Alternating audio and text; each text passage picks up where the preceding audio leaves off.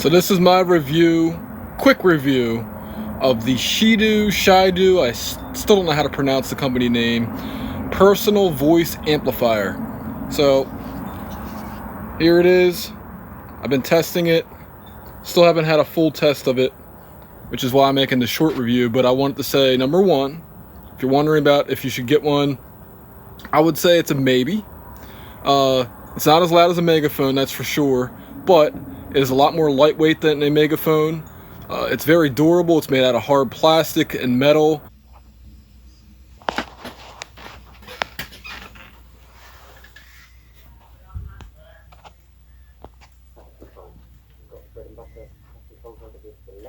At the bottom we've got the wet dry control. Sit test complete. I'm putting all my weight on it right now. After the pressure has been applied, this still will works. enable you to hear. It is loud for music.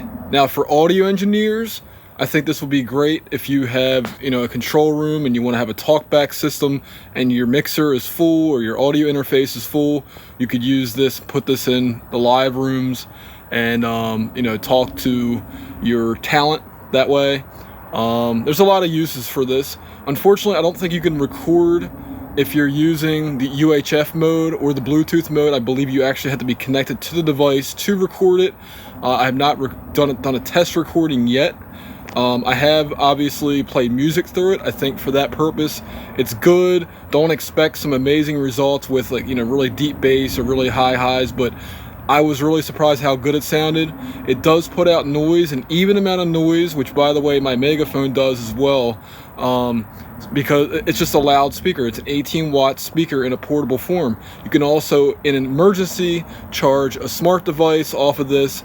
So, and also, I don't know if I mentioned this already, it has a battery indicator, which is really cool. The range is pretty good for something that's around this price. Don't expect sure results. Don't expect, again, something like super high end. But for something that's $100 or when it's on sale around $60, $70, it's not too bad. One other thing I forgot to mention, it is very easy to use with these voice prompts. When you go to hook it up with the Bluetooth, you press it once. Bluetooth is waiting for a connection. And at that point, you go on your Bluetooth device and you find it. And then you go on here. UHF mode. So it's just, you press once for Bluetooth, you press again for the UHF wireless. The only thing I wish it had on the headset, I do wish it had a mute button, somewhere. I guess the off button is kind of the mute button, but not really. And the other thing is it doesn't, pop Ps are not that big of a problem.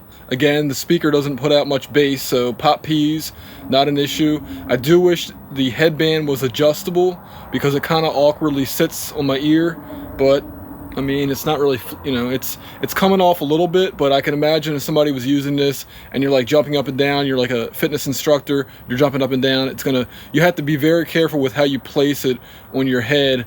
And I have a really big head, so I didn't have a problem with it in that regard, but it's just one thing, for the future if they upgrade this in some way. But again, I like it. I sat on it as a test. Maybe I'll do a drop test. I have not tried it out in rain or a shower yet. I will try out what waterproof it really is at some point. But yeah, like I said, a longer in-depth review is coming in about, I'd say, a week or two. All right, thank you all for watching.